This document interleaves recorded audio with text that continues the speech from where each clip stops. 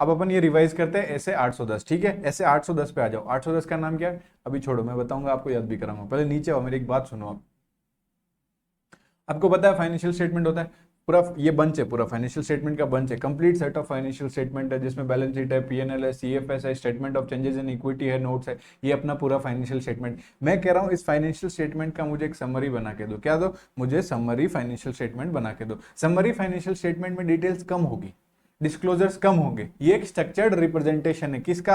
ये financial statement का structured representation है समरी फाइनेंशियल स्टेटमेंट। इसमें जो चीजें आ रही होगी समरी फाइनेंशियल स्टेटमेंट में, वो मेन फाइनेंशियल स्टेटमेंट इस फाइनेंशियल स्टेटमेंट से आ रही होगी, और वो चीजें सारी क्या होनी चाहिए? कंसिस्टेंट होनी चाहिए फाइनेंशियल स्टेटमेंट्स में। जो समरी फाइनेंशियल स्टेटमेंट में जो चीजें आ रही है वो अपने फाइनेंशियल स्टेटमेंट, मेन जो complete set of financial statement है, ये पूरा बंच, इससे क्या होना चाहिए? कंसिस्टेंट होना चाहिए। तो ठीक है साहब, अब ये समरी फाइनेंशियल स्टेटमेंट बना लिया, कौन बनाएगा? मैनेजमेंट, एमजीटी मैनेजमेंट ने इसको बनाया। कैसे बनाया? अप्लाइड क्राइटेरिया, कोई क्राइटेरिया के हिसाब से। देखो ये फाइनेंशियल स्टेटमेंट बनता है फाइनेंशियल रिपोर्टिंग फ्रेमवर्क के हिसाब से, जो कि इंड एस और एएस होता है। ये समरी फाइनेंशियल स्टेटमेंट बना है एप्लीकेबल क्राइटेरिया के हिसाब से। क्या होता है पढ़ेंगे सर, टेंशन मत लो ना। ये एप्लीकेबल क्राइटेरिया के हिसाब से बना। अब ये समरी फाइनेंशियल स्टेटमेंट की ऑडिट करानी है, तो हमें चाहिएगा ऑडिटर।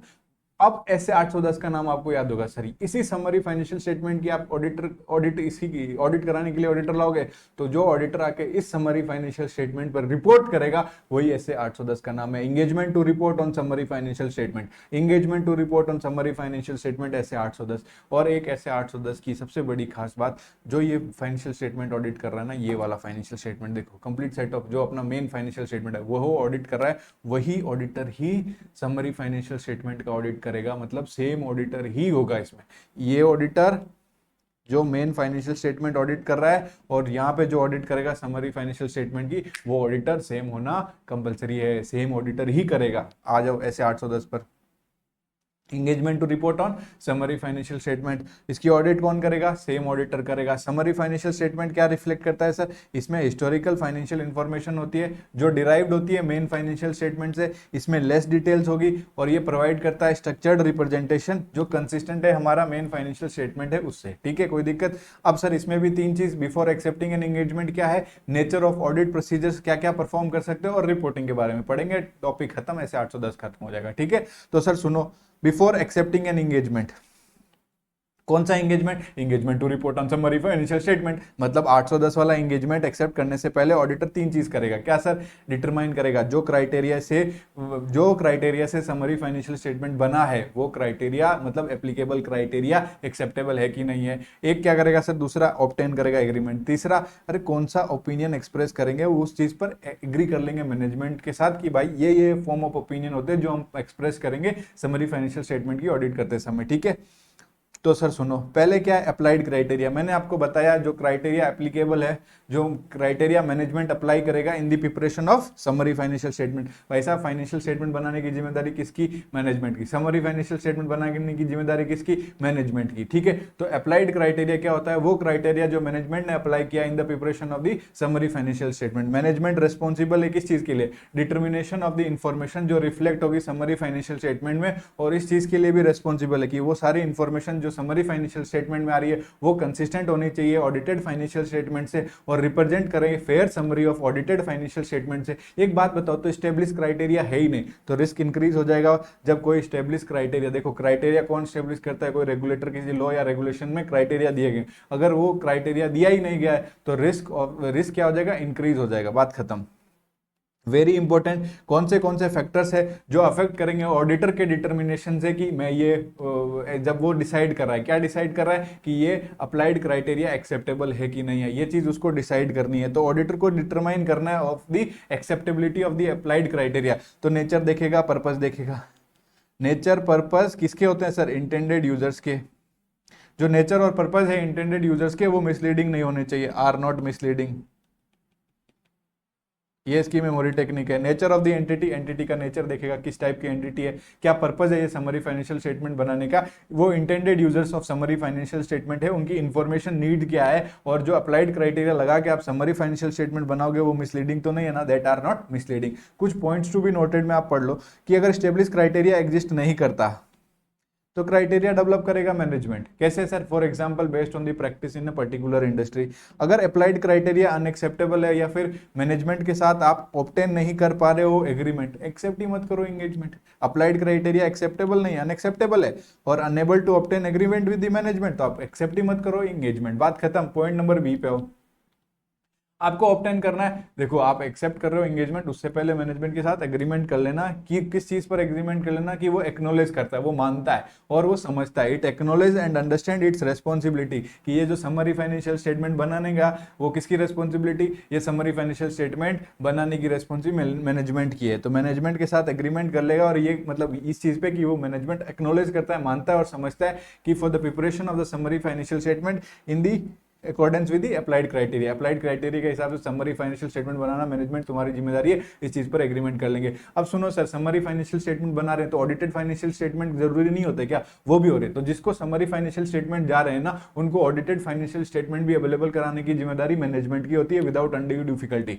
ऑडिटर क्या करेगा? समरी फाइनेंशियल स्टेटमेंट पर ऑडिट करा दिया, समरी फाइनेंशियल स्टेटमेंट मैनेजमेंट ने बना दिया, काम खत्म हो गया क्या? नहीं सर, एक मैनेजमेंट के साथ आप एग्रीमेंट ले लो कि भाई साहब आपको ऑडिटेड फाइनेंशियल स्टेटमेंट भी अवेलेबल कराने हैं intended users of summary financial statement के साथ। मतलब जो समरी फाइनेंशियल स्टेटमेंट जा रहा है उसके साथ साथ आप ऑडिटेड फाइनेंशियल स्टेटमेंट भी अवेलेबल करा दो इंटेंडेड यूजर्स जो है समरी फाइनेंशियल स्टेटमेंट के। उसके बाद में आप जो ऑडिट रिपोर्ट है वो इंक्लूड करो, वो हर एक उस डॉक्यूमेंट में जिसमें समरी फाइनेंशियल स्टेटमेंट है उसमें ऑडिट रिपोर्ट कौन सी sir? Audit report on summary financial statement आप इंक्लूड करो और इंडिकेट करो कि ऑडिटर ने रिपोर्ट किया है, उस पर एग्री कर लो मैनेजमेंट के साथ। ये फॉर्म ऑफ ओपिनियन हम एक्सप्रेस कर सकते हैं। तो बिफोर एक्सेप्टिंग एन एंगेजमेंट ये 3 पॉइंट अपने complete and very simple points. Nature of audit procedures जो कौन से होते हैं जो परफॉर्म करेगा ऑडिटर। सुनो sir, nature of audit procedures मतलब कौन से ऑडिट प्रोसीजर्स ऑडिटर परफॉर्म करेगा, कब सर? जब वो ऐसे 810 का काम कर रहा है, engagement to report on summary financial statement का काम कर रहा है। सर इसके आओ नीचे आओ, ये देखो समरी फाइनेंशियल स्टेटमेंट है। समरी फाइनेंशियल स्टेटमेंट क्या है सर? ये समरी फाइनेंशियल स्टेटमेंट, ये summary financial statement accordance with applied criteria होना चाहिए। ये चीज इवेल्युएट करेगा कि ये जो समरी फाइनेंशियल स्टेटमेंट बना है वो अप्लाइड क्राइटेरिया के हिसाब से हुआ। ये पहला नेचर ऑफ प्रोसीजर्स जो ऑडिटर परफॉर्म करेगा। ये समरी फाइनेंशियल स्टेटमेंट डिस्क्लोज करता है ना क्या सर? ये अप्लाइड क्राइटेरिया डिस्क्लोज करता है, 2 पॉइंट खत्म। ये जो समरी फाइनेंशियल स्टेटमेंट बना है ना सर, वो डिस्क्लोज करता है, तीसरा पॉइंट क्या? Summarise nature. अगर समरी बनी है तो समराइज नेचर ही डिस्क्लोज करेगा ना, और आइडेंटिफाई कर लो ऑडिटेड फाइनेंशियल स्टेटमेंट। अब सुनो, ये जो समरी फाइनेंशियल स्टेटमेंट है उसके साथ ऑडिटेड फाइनेंशियल स्टेटमेंट कंपेंड होना चाहिए, उसके साथ जाना चाहिए। पर मैंने यहाँ काट दिया, ये क्रॉस दिख रहा है रेड कलर का, मैंने आपको कहा ये कंपेंड नहीं है।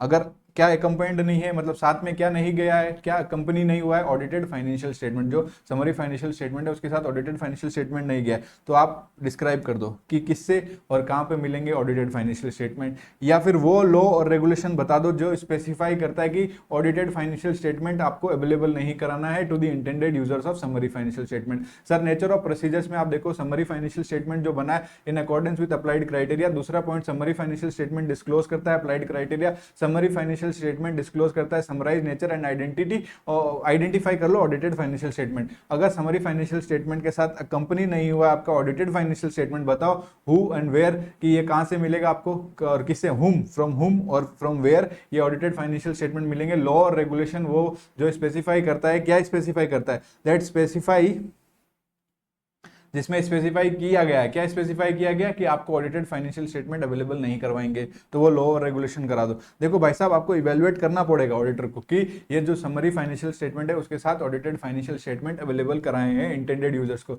अब पॉइंट नंबर 6 देखो क्या है सर? इन्फॉर्मेशन। भाई साहब जो इन्फॉर्मेशन आप दे रहे हो किस में दे रहे हो? समरी फाइनेंशियल स्टेटमेंट में। वो इन्फॉर्मेशन जो नेसेसरी इन्फॉर्मेशन है वो समरी फाइनेंशियल स्टेटमेंट में जा रही है और एग्रीगेशन हुआ है। एग्रीगेशन किसको बोलते हैं सर? अगर हम कोई चीज की समरी बनाए तो चीजों को एग्रीगेट करके दिखाते कि डिटेल में दिखाते? एग्रीगेट करके। तो ये जो एग्रीगेशन हुआ है, लेवल ऑफ एग्रीगेशन बोलते हैं इसको, लेवल ऑफ एग्रीगेशन। जो मैंने प्लस का साइन दिया ना, मतलब एग्रीगेट किया अपन ने, तो लेवल ऑफ एग्रीगेशन ऐसा होना चाहिए, कैसा होना चाहिए कि उससे समरी फाइनेंशियल स्टेटमेंट हमारा मिसलीडिंग नहीं होना चाहिए। और उसके बाद में पॉइंट नंबर 7, आप कंपेयर करो। कंपेयर किसको करोगे? समरी फाइनेंशियल स्टेटमेंट और ऑडिटेड फाइनेंशियल स्टेटमेंट में जो इन्फॉर्मेशन आ रही है उसको कंपेयर करो। अगर दोनों सही है, दोनों मैच हो रही है, तो आप मतलब वो कंसिस्टेंट है। यही चीजें तो चेक करते हैं। तो ये 7 पॉइंट अपने खत्म हो गए। आप ये वाला बना लेना, आपको ये याद रहेगा और सातों के 7 पॉइंट लिख के आओगे और एग्जाम में 5 ही लिखने हैं और 5 में 5 नंबर मिल जाएंगे। और अगली बार 810 में से क्वेश्चन आता है ना, देयर आर 70-80% चांस कि ये पूछेंगे। तो नेचर ऑफ प्रोसीजर्स जो to be perform by auditor, evaluate करो कि जो समरी फाइनेंशियल स्टेटमेंट बना in accordance with applied criteria, evaluate करो समरी फाइनेंशियल स्टेटमेंट डिस्क्लोज करता है अप्लाइड क्राइटेरिया को, इवेल्युएट करो समरी फाइनेंशियल स्टेटमेंट डिस्क्लोज करता है समराइज नेचर। अगर समरी फाइनेंशियल के साथ अकम्पेंड नहीं हुआ है ऑडिटेड फाइनेंशियल स्टेटमेंट तो आप डिस्क्राइब करो कहां से और किससे मिलेगा audited financial statement, from whom and where. Law और रेगुलेशन बताओ जो स्पेसिफाई करता है कि ऑडिटेड फाइनेंशियल स्टेटमेंट अवेलेबल नहीं कराना है इंटेंडेड यूजर्स को। आपको इवेल्युएट करना है कि ऑडिटेड फाइनेंशियल स्टेटमेंट अवेलेबल कराए गए हैं to the intended users of the summary financial statement. Evaluate करो in the view of the purpose of summary financial statement को ध्यान में रखते हुए इवेल्युएट करो कि समरी फाइनेंशियल स्टेटमेंट में इंफॉर्मेशन जो नेसेसरी है वो कंटेन करता है समरी फाइनेंशियल स्टेटमेंट, और अप्रोप्रिएट लेवल ऑफ एग्रीगेशन हुआ है जिससे मिसलीडिंग नहीं हुई है चीजें। और कंपेयर करो summary financial statement with related information in audited financial statement और डिटरमाइन करो ये समरी फाइनेंशियल स्टेटमेंट अग्री करता है ऑडिटेड फाइनेंशियल स्टेटमेंट से। सर फॉर्म ऑफ ओपिनियन, अब ओपिनियन एक्सप्रेस करना है मतलब रिपोर्टिंग। सर मैंने आपको एक लाइन पढ़ाई थी कि समरी फाइनेंशियल स्टेटमेंट जो आप बना रहे हो इधर देखो वो क्या होना चाहिए, कंसिस्टेंट होना चाहिए ऑडिटेड फाइनेंशियल स्टेटमेंट से, या रिप्रेजेंट करता है fair summary of the financial statement. अगर वो कंसिस्टेंट है और फेयर समरी है तो मतलब आप अनमॉडिफाइड ओपिनियन दे सकते हो, कोई टेंशन नहीं है। तो when unmodified opinion on summary financial statement, आपको लगता है अनमॉडिफाइड ओपिनियन अप्रोप्रिएट है तो आप इनमें से कोई सा भी फ्रेज यूज कर सकते हो कि समरी फाइनेंशियल स्टेटमेंट कंसिस्टेंट है in all material respect with the audited financial statement, या फिर समरी फाइनेंशियल स्टेटमेंट है fair summary of the audited financial statement in accordance with applied criteria, दोनों में कॉमन है।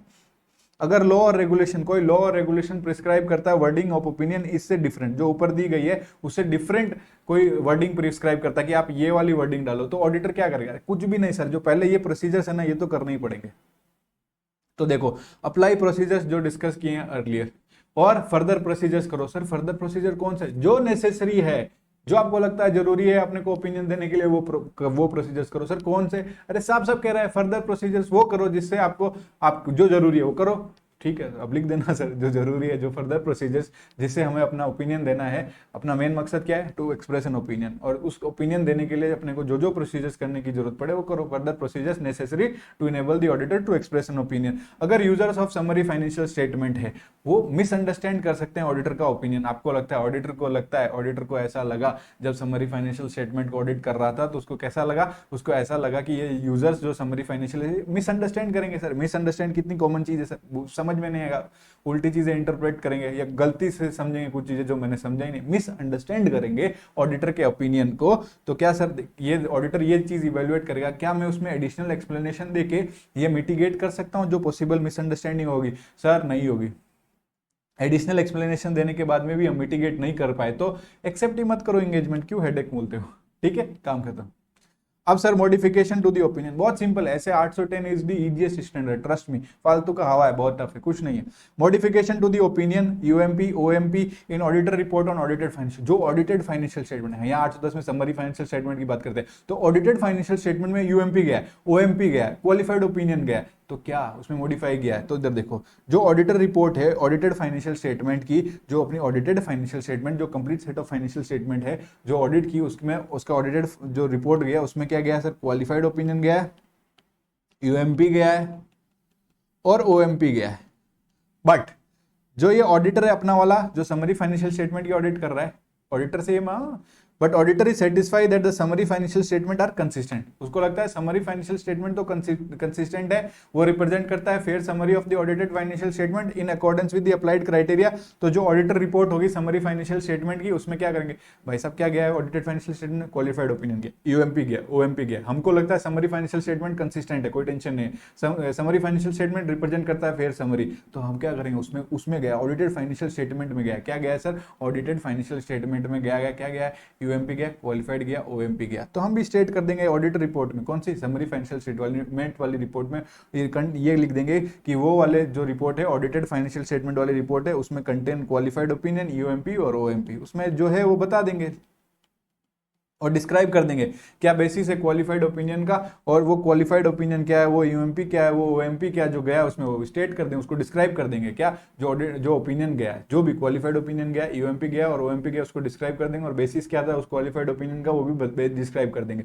पहले स्टेट कर दिया, डिस्क्राइब कर दिया बेसिस और डिस्क्राइब कर देंगे इफेक्ट उसका, जो क्वालिफाइड ओपिनियन गया ऑडिट ओपिनियन में, यूएमपी गया ऑडिटेड फाइनेंशियल स्टेटमेंट में, क्वालिफाइड ओपिनियन गया ऑडिटेड फाइनेंशियल स्टेटमेंट में, अदर मैटर पैराग्राफ गया किसमें ऑडिटेड फाइनेंशियल स्टेटमेंट में। अगर ये तीनों में से कुछ भी गया तो हम बस उसका इफेक्ट हमारा उसका क्या पड़ेगा, इन तीनों का क्या इफेक्ट पड़ेगा हमारे समरी फाइनेंशियल स्टेटमेंट में वो डिस्क्राइब कर देंगे। कोई टेंशन नहीं, कितना सिंपल है सर। सर अब ये वाला तो और ही सिंपल है। जो हमारा ऑडिटर रिपोर्ट है, जो ऑडिटेड फाइनेंशियल स्टेटमेंट, उसमें एडवर्स ओपिनियन गया, उसमें डिस्क्लेमर ओपिनियन गया, तो स्टेट कर दो कि भैया ऑडिटेड फाइनेंशियल स्टेटमेंट में एडवर्स ओपिनियन है या डिस्क्लेमर ओपिनियन है, बात खत्म। ये कहाँ स्टेट करेंगे सर, जो हमारी ऑडिट रिपोर्ट बना रहे हैं समरी फाइनेंशियल स्टेटमेंट, उसमें एडिशनली ये चीजें स्टेट कर देंगे। स्टेट क्या करेंगे कि वो ऑडिटेड फाइनेंशियल स्टेटमेंट वाली जो रिपोर्ट है, ऑडिटर की report on the audited financial statement content adverse opinion या डिस्क्लेमर ओपिनियन, कितना सिंपल है। और डिस्क्राइब कर देंगे बेसिस, क्या बेसिस, कौन सा basis, basis of adverse, basis of disclaimer. और मजे वाला पॉइंट सर ये स्टेट कर देंगे कि ऑडिटेड फाइनेंशियल स्टेटमेंट में as a result of adverse opinion और डिस्क्लेमर ऑफ ओपिनियन, स्टेट करेंगे as a result of adverse opinion और disclaimer of opinion it is inappropriate to express opinion on the summary financial statement. Summary financial statement में opinion ही नहीं देंगे, हम लिख देंगे कि एडवर्स ओपिनियन गया है, डिस्क्लेमर ओपिनियन गया किसमें, ऑडिटेड फाइनेंशियल स्टेटमेंट में, तो it is inappropriate to express an opinion on summary financial statement. Sir modified opinion कब देंगे, मॉडिफाइड ओपिनियन इसमें देखो बेसिकली एडवर्स ओपिनियन नहीं जाता है, इधर देखो कहाँ है एडवर्स ओपिनियन, अरे ये रहा, एडवर्स ओपिनियन जाता है। तो देखो समरी फाइनेंशियल स्टेटमेंट कंसिस्टेंट नहीं है या summary financial statement fair summary नहीं है ऑडिटेड फाइनेंशियल स्टेटमेंट की, तो मैनेजमेंट को बोलेंगे चेंजेस करने को, management does not agree to make the changes, तो ऑडिटर एक्सप्रेस कर देगा एडवर्स ओपिनियन, ठीक है, काम खत्म। सर रिपोर्ट जो समरी फाइनेंशियल स्टेटमेंट की बनती है उसके एलिमेंट्स बताओ। सर टाइटल जाएगी, टाइटल में हम लोग सीधा सीधा लिखेंगे कि ये रिपोर्ट है इंडिपेंडेंट ऑडिटर की एड्रेसी, कौन कौन इस समरी फाइनेंशियल स्टेटमेंट के एड्रेसी है। अगर आपको लगता है जो समरी फाइनेंशियल स्टेटमेंट के एड्रेसी है वो सेम नहीं है to the addressee of the auditor report, अगर नहीं है तो इवेल्युएट करेंगे जो भी एड्रेसी है, तो उसका अपन यूज कर रहे हैं ना डिफरेंट एड्रेसी, तो evaluate the appropriateness of using a different addressee, ठीक है। ये 2 पॉइंट ऊपर वाले ध्यान रखो। लास्ट में ऑडिटर का सिग्नेचर चला जाएगा with the firm registration number, date पर चला जाएगा ऑडिटर रिपोर्ट का, प्लेस ऑफ सिग्नेचर चला गया, ठीक है। उसके बाद में यहाँ पे आओ, एक इंट्रोडक्टरी पैरा जाएगा जिसमें हम आइडेंटिफाई करेंगे समरी फाइनेंशियल स्टेटमेंट को कि ये समरी फाइनेंशियल स्टेटमेंट है भाई साहब, including the title of each statement, जो समरी फाइनेंशियल स्टेटमेंट में स्टेटमेंट इंक्लूड हुए हैं। जैसे समरी फाइनेंशियल स्टेटमेंट में होता है तो समराइज बैलेंस शीट होगी, समराइज पीएनएल भी होता है, तो आइडेंटिफाई करो summary financial statement including the title of each statement. Identify करो जो अपना मेन ऑडिटेड फाइनेंशियल स्टेटमेंट है, एक स्टेटमेंट डाल दो, क्या सर, ये summary financial statement does not contain all the disclosures, बात खत्म, काम खत्म। सर डिस्क्रिप्शन डाल दो, एक तो डिस्क्रिप्शन जाएगा, एक स्टेटमेंट, ऑडिटर अपना स्टेटमेंट डालेगा, एक डिस्क्रिप्शन किसका डालेगा, मैनेजमेंट का, कि management is responsible for the preparation of the summary financial statement in accordance with the applied criteria. भैया डिस्क्रिप्शन डाल देंगे कि मैनेजमेंट की जिम्मेदारी है उसको प्रिपेयर करना है समरी फाइनेंशियल स्टेटमेंट, हमें तो करना नहीं। स्टेटमेंट क्या डालेंगे कि ऑडिटर रेस्पॉन्सिबल, ऑडिटर किस चीज के लिए रेस्पॉन्सिबल है, for expressing an opinion on the summary financial statement. और एफ नंबर में क्या लिखा है, पैराग्राफ जो एक्सप्रेस करना है आपको अपना ओपिनियन, बात खत्म। ऊपर वाला टाइटल एड्रेसी, नीचे डेट प्लेस सिग्नेचर, फिर आप इंट्रोडक्टरी पैरा में आइडेंटिफाई कर लो summary financial statement, audited financial statement, एक स्टेटमेंट डाल दो कि ये फाइनेंशियल स्टेटमेंट में सारे डिस्क्लोजर्स नहीं है, डिस्क्रिप्शन डाल दो। सर डिस्क्रिप्शन किसकी, मैनेजमेंट की रेस्पॉन्सिबिलिटी, मैनेजमेंट की रेस्पॉन्सिबिलिटी क्या होता है, उनको प्रिपेयर करना होता है summary financial statement in accordance with the applied criteria. एक स्टेटमेंट डाल दो कि ऑडिटर रेस्पॉन्सिबल है for expressing an opinion on the summary financial statement, we are done. Sir अब सुनो, रिस्ट्रिक्शन ऑन डिस्ट्रीब्यूशन या यूज, या फिर अलर्ट करना है readers to the basis of the accounting, आपने कौन सी बेसिस ऑफ अकाउंटिंग यूज की है समरी फाइनेंशियल स्टेटमेंट बनाते समय, उसके लिए आपको अलर्ट करना है, या आपको रिस्ट्रिक्शन डालनी है इसका यूज पर, इसके डिस्ट्रीब्यूशन पर, तो आप क्या करोगे। सर सबसे बेकार एक्सप्लेनेशन दी है यहाँ पर, इसमें कहा है जैसे 800 में, 800 का क्या नाम है सर, 800 पे इधर आओ, देखो जिनको अगर याद नहीं है सर इधर आओ, 800 का रिवीजन डाल चुका हूं मैं वैसे तो, देखो ऐसे 800 किससे डील करता है, with audit of financial statement जो बना है as per special purpose framework. अगर इसमें अपन क्या करते हैं, इसमें अपन जो अलर्ट करते हैं या फिर रिस्ट्रिक्शन डालते हैं तो अपन लिखते हैं ना कि ये स्पेशल पर्पस जो बना है वो किसके लिए बना है, स्पेशल इंटेंडेड यूजर्स के लिए बना है, कोई दूसरे यूज के लिए आप इसको यूज नहीं कर सकते, for other purpose you can not use, ठीक है। तो ऐसे करके अपन अलर्ट करते हैं, तो ऐसे 800 में जैसे किया ना वैसे ही एक सिमिलर रिस्ट्रिक्शन डाल देना, ऐसा लिखा है इन्होंने। आपको रिस्ट्रिक्ट करना है या किसका रिस्ट्रिक्शन, रिस्ट्रिक्शन ऑन डिस्ट्रीब्यूशन या यूज, और अलर्ट करना है to the readers on the basis of accounting. तो ये कह रहा है auditor report on the audited financial statement alerts the readers that audited financial statement are prepared in accordance with the special purpose framework. ऐसा ही similar restriction डाल देना, जो आप स्पेशल पर्पस फ्रेमवर्क वाले फाइनेंशियल स्टेटमेंट के लिए डालते हो वैसा ही एक सिमिलर रिस्ट्रिक्शन डाल देना और अलर्ट कर देना कि ये ऑडिट रिपोर्ट है समरी फाइनेंशियल स्टेटमेंट की, बात खत्म। अलर्ट कर देना किसमें सर, ऑडिट रिपोर्ट जो है समरी फाइनेंशियल स्टेटमेंट में, उसमें अलर्ट कर देना और ऐसी एक सिमिलर रिस्ट्रिक्शन डाल देना, बात खत्म। नॉट सो इंपॉर्टेंट और neither it is explain in a manner कि बहुत अच्छा एक्सप्लेनेशन बोलूं, बेकार है, ऐसे कोई लिखता है क्या, पर लिख दिया इन्होंने कुछ भी। तो सर सुनो, कंपैरेटिव्स की बात करते हैं। कंपैरेटिव्स करते हैं ना, ऐसा दिमाग में आना चाहिए 710 comparative information, corresponding figures and comparative financial statement. तो सर अगर आपका समरी फाइनेंशियल स्टेटमेंट, आपका ऑडिटेड फाइनेंशियल स्टेटमेंट है, आपका summary financial statement, audited financial statement में कंपैरेटिव है, मतलब पिछले साल के फिगर्स आए हुए हैं सामने, बैलेंस शीट और पीएन, ये मतलब उसको कंपेयर किया है, कंपैरेटिव्स दिया हुआ है, और समरी फाइनेंशियल स्टेटमेंट में भी कंपैरेटिव्स दिया है। तो क्या करना है, 710 की सारी रिक्वायरमेंट फुलफिल होनी चाहिए। 710 में जो मैटर है रिपोर्टिंग के बारे में, वो सारी चीजें इंक्लूड हो जानी चाहिए ऑडिट रिपोर्ट में। तो अब समरी फाइनेंशियल स्टेटमेंट की ऑडिट कर रहे हो आप, तो उसमें अगर समरी फाइनेंशियल स्टेटमेंट में कंपैरेटिव्स है तो आपको क्या करना है, इधर आओ, इधर आओ, इधर आओ। It should contain all the matters जो ऐसे 710 रिक्वायर करता है ऑडिटर को इंक्लूड करने के लिए, जो ऑडिट वो करता है ऑडिटेड फाइनेंशियल स्टेटमेंट में, वही इंक्लूड कर देना समरी फाइनेंशियल स्टेटमेंट वाली ऑडिट रिपोर्ट में, कोई दिक्कत नहीं है। सर दिक्कत कब है, दिक्कत तब है जब ऑडिटेड फाइनेंशियल स्टेटमेंट में कंपैरेटिव है, समरी फाइनेंशियल स्टेटमेंट में कंपैरेटिव नहीं है। क्यों नहीं है, अगर नहीं है, इधर देखो, audited financial statement contain comparatives but summary financial statement does not contain comparatives, तो क्या हुआ है, ओमिशन हुआ है भाई। और अगर ओमिशन हुआ है तो चेक करो क्या ये ओमिशन रीजनेबल है, क्या ये ओमिशन रीजनेबल है। और अगर ये ओमिशन रीजनेबल नहीं है तो मतलब ओमिशन अनरीजनेबल है, तो इस अनरीजनेबल ओमिशन का इफेक्ट क्या है on the audit report on summary financial statement, ये दो चीज करनी है। तो आप कंपैरेटिव्स का अगर क्वेश्चन आए तो आपके दिमाग में ओमिशन होना चाहिए। ओमिशन आते हैं आपको याद रहेगा ऑडिट फाइनेंशियल स्टेटमेंट जो है उसमें कंपैरेटिव्स है, समरी फाइनेंशियल स्टेटमेंट में नहीं है, तो ऑडिटर डिटरमाइन करेगा जो ये ओमिशन हुआ है रीजनेबल है और effect of such unreasonable omission in the auditor report on the summary financial statement. सुनो sir, unaudited supplementary information, supplementary information मतलब जो आप रिपोर्ट जा रही है, आपका समरी फाइनेंशियल स्टेटमेंट जा रहा है, उसके साथ सप्लीमेंट्री इन्फॉर्मेशन चिपका दी है। क्या आपका जो समरी फाइनेंशियल स्टेटमेंट है उसके साथ क्या है, सप्लीमेंट्री इन्फॉर्मेशन चिपका दी, तो आपको इवेल्युएट करना है। देखो अब अगर सप्लीमेंट्री इन्फॉर्मेशन चिपका दी समरी फाइनेंशियल के स्टेटमेंट के साथ, तो इसमें आपको देखना है डिफरेंशिएशन। नोट डाउन कर लो, ये मैंने आपको पहले भी बोला था कि यहाँ पे 2-3 वर्ड जो मैं बता रहा हूँ वो आप लिख लो तो आपको पूरा आंसर याद आ जाएगा। अगर आपका अनऑडिटेड सप्लीमेंट्री इन्फॉर्मेशन प्रेजेंट हो रहा है समरी फाइनेंशियल स्टेटमेंट के साथ, तो क्लियरली डिफरेंशिएटेड होना चाहिए। क्लियरली डिफरेंशिएटेड मतलब अलग से दिखना चाहिए ना कि भैया ये ऑडिटेड ये समरी फाइनेंशियल स्टेटमेंट है और ये अनऑडिटेड सप्लीमेंट्री इन्फॉर्मेशन। अगर क्लियरली डिफरेंशिएटेड है तो कोई दिक्कत ही नहीं, पर अगर क्लियरली डिफरेंशिएटेड नहीं है, मैनेजमेंट चेंज कर दे, ask management to change the ई presentation of unaudited supplementary information, management refuses, तो ऑडिटर एक्सप्लेन कर देगा ऑडिटर रिपोर्ट में कि ये समरी फाइनेंशियल स्टेटमेंट जो है ये सच इन्फॉर्मेशन, मतलब ये अनऑडिटेड सप्लीमेंट्री इन्फॉर्मेशन जो उन्होंने चिपकाई है, मतलब सच information is not covered by that report. उनकी रिपोर्ट में वो ये अनऑडिटेड सप्लीमेंट्री इन्फॉर्मेशन कवर नहीं करती, वो जो इन्फॉर्मेशन कवर नहीं करती वो बता भी देंगे। सर अदर इन्फॉर्मेशन, एक डॉक्यूमेंट में अदर इन्फॉर्मेशन जा रही है जिसमें हमारा समरी फाइनेंशियल स्टेटमेंट भी जा रहा है, तो ऑडिटर का काम क्या है, तो इसमें एक वर्ड लिखना है, मैंने बोला था ना मटेरियल इनकंसिस्टेंसी एक ही नहीं है, ये चेक करना है। इसमें कंपैरेटिव्स में ओमिशन चेक कर लेना, अनऑडिटेड में डिफरेंशिएशन चेक कर लेना। अगर अदर इन्फॉर्मेशन गई है उस डॉक्यूमेंट्स में जिसमें समरी फाइनेंशियल स्टेटमेंट जाना है, तो ऑडिटर क्या करेगा, रीड करेगा अदर इन्फॉर्मेशन जो इंक्लूड हुई है उस डॉक्यूमेंट में जिसमें हमारा समरी फाइनेंशियल स्टेटमेंट और हमारी रिपोर्ट जा रही है जो समरी फाइनेंशियल स्टेटमेंट की है, तो उसमें क्या देखेगा, क्या कोई मटेरियल इनकंसिस्टेंसी एग्जिस्ट करती है between the other information and summary financial statement, summary financial statement और other information. 720 auditor responsibility relating to other information आता है, तो आपको ये आता है, उसमें कोई टेंशन नहीं है।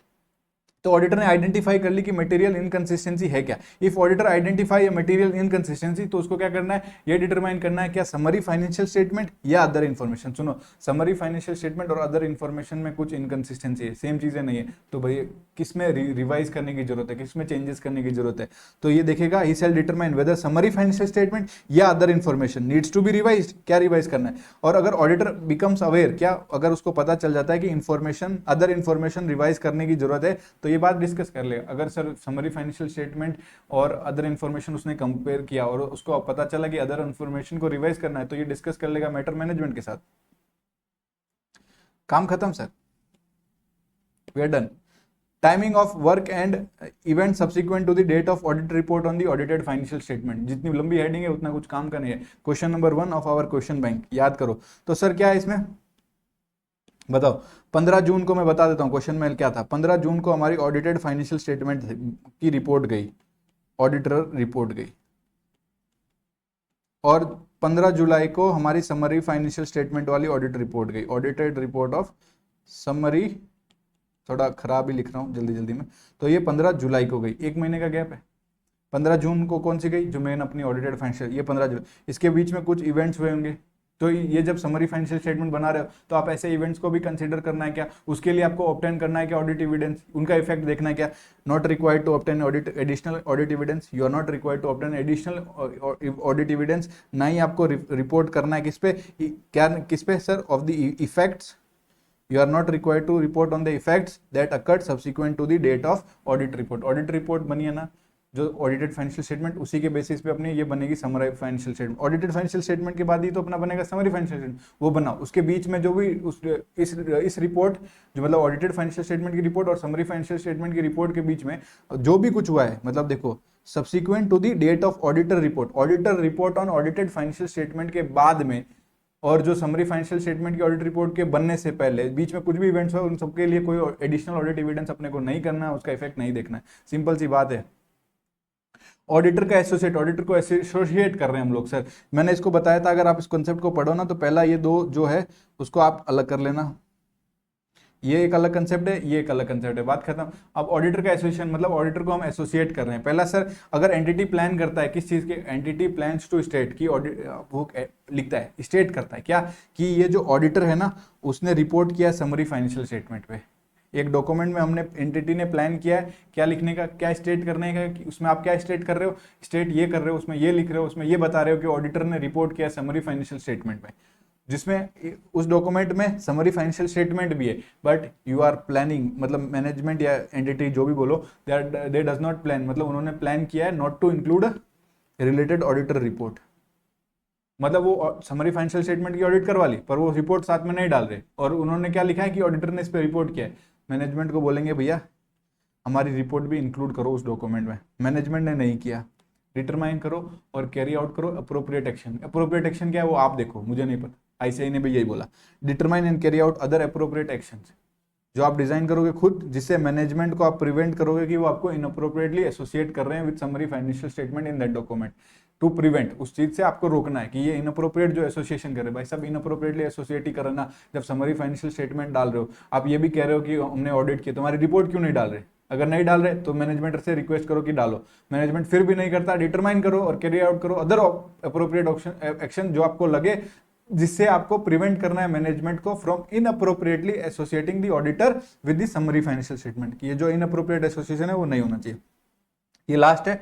फिर सुनो सर, ऑडिटर में भी engage to report on the financial statement of the entity, जो मैंने अपना फाइनेंशियल स्टेटमेंट है उसके लिए इंगेज कर लिया, किससे, कि भैया फाइनेंशियल स्टेटमेंट है जो है अपने एंटिटी के उस पर रिपोर्ट करो, but you are not engage, उस ऑडिटर को अपन ने इंगेज नहीं किया समरी फाइनेंशियल स्टेटमेंट बनाते समय, ठीक है। मैंने कहा था ये दूसरा टॉपिक है, ये दूसरा टॉपिक है, 2 बॉक्स बना लेना। अगर ऑडिटर में भी engage to report on the financial statement, financial statement की तो ऑडिट करा ली पर उसे समरी फाइनेंशियल स्टेटमेंट की ऑडिट नहीं कराई, और एंटिटी ने क्या प्लान किया, entity plans to make a statement in a document, जिसमें हम रेफर करेंगे ऑडिटर को कि भैया ऑडिटर ने हमारा ऑडिटेड फाइनेंशियल स्टेटमेंट ऑडिट किया है, मतलब उस ऑडिटर का रेफरेंस देंगे, एक स्टेटमेंट दे रहे हैं हम लोग एक डॉक्यूमेंट में जिसमें हम ये हमारे ऑडिटर है ये चीज रेफर कर रहे हैं, और एक फैक्ट डाल रहे हैं कि समरी फाइनेंशियल स्टेटमेंट है ना वो डिराइव हुआ है, वो बना है किससे, जो फाइनेंशियल स्टेटमेंट ऑडिटेड हुए हैं बाय ऑडिटर। एंटिटी एक स्टेटमेंट डालती है एक डॉक्यूमेंट में जिसमें वो रेफर करती है ऑडिटर को कि ये फलाना फलाना हमारे ऑडिटर है, और एक चीज डालती है, ये फैक्ट डालती है कि समरी फाइनेंशियल स्टेटमेंट है ना वो फाइनेंशियल स्टेटमेंट से बने जो ऑडिटेड किए हैं इन्हीं ऑडिटर ने। तो ये आपको नहीं लग रहा इनअप्रोप्रिएटली एसोसिएट करना चाहती है, क्योंकि देखो इन्होंने ऑडिट तो कराई नहीं है, किसकी, समरी फाइनेंशियल स्टेटमेंट की ऑडिट तो नहीं करवाई, ऑडिट तो इन्होंने मेन की कराई, फिर समरी फाइनेंशियल स्टेटमेंट भी डाल रहे हैं, मेन ऑडिटेड फाइनेंशियल स्टेटमेंट भी डाल रहे हैं, और आपको क्या वहां पे लिख रहे हैं, आपको रेफर भी कर रहे हैं, और एक फैक्ट डाल रहे हैं कि ये summary financial statement audited financial statement से बना है। तो ऑडिटर की जिम्मेदारी है कि वो सेटिस्फाई कर ले खुद को कि ये जो रेफरेंस दे रहे हैं वो बस in the context of the auditor report on the audited financial statement से, बस उसी का ये रेफरेंस दे रहे हैं ना, वो चीज आपको सेटिस्फाई करनी है। दूसरा एंड देखो, प्लस ये स्टेटमेंट ऐसा नहीं तो है, ऐसा नहीं ना है, it does not give the impression, ऐसा इंप्रेशन तो नहीं दे रहा ना कि मैंने रिपोर्ट किया है समरी फाइनेंशियल स्टेटमेंट में। अगर ये दोनों चीज से आप सेटिस्फाइड नहीं हुए, मतलब if A and B are not met, auditor request करेगा कि ये स्टेटमेंट जो गया भाई साहब ये स्टेटमेंट चेंज कर, और ये जो तूने रेफरेंस दिया वो रेफरेंस मत दे, बात खत्म। तो रिक्वेस्ट करेगा management to change the statement, ये स्टेटमेंट चेंज करो and not to refer to the auditor in the document. अगर मैनेजमेंट चेंज नहीं करता है स्टेटमेंट, तो आप सर 2 पॉइंट रेफरेंस के, अगर मैनेजमेंट चेंज नहीं करता है स्टेटमेंट, तो एक तो ये रेफरेंस जो गया इसको डिलीट करो, दूसरा ये जो रेफरेंस दिया है उससे आप डिसएग्री करते हो, ये चीज आप एडवाइस कर दो मैनेजमेंट को कि ऑडिटर डिसएग्री करता है इस रेफरेंस से। Auditor advice the management that auditor disagree, ये डिलीट कर दो रेफरेंस। और अरे चल जा पैन, 1 मिनट ही तो चलना है, फिर सो जाइए आराम से। Delete the reference to the auditor और advise the management that auditor disagree with the reference, और या फिर ऑडिट करवा के ऑडिट रिपोर्ट डाल दो, include an auditor report on the summary financial statement, audit करो और फिर डाल दो रिपोर्ट, या फिर डिटरमाइन करो और कैरी आउट करो अदर अप्रोप्रिएट एक्शन, जो आपका लास्ट पॉइंट है जिस जो डिजाइन किया गया है to prevent the management from inappropriately referring to the auditor या associating the auditor. We are done with SA 810 and SA 800 series का revision. Thank you so much. ठीक है दोस्तों, मिलते हैं।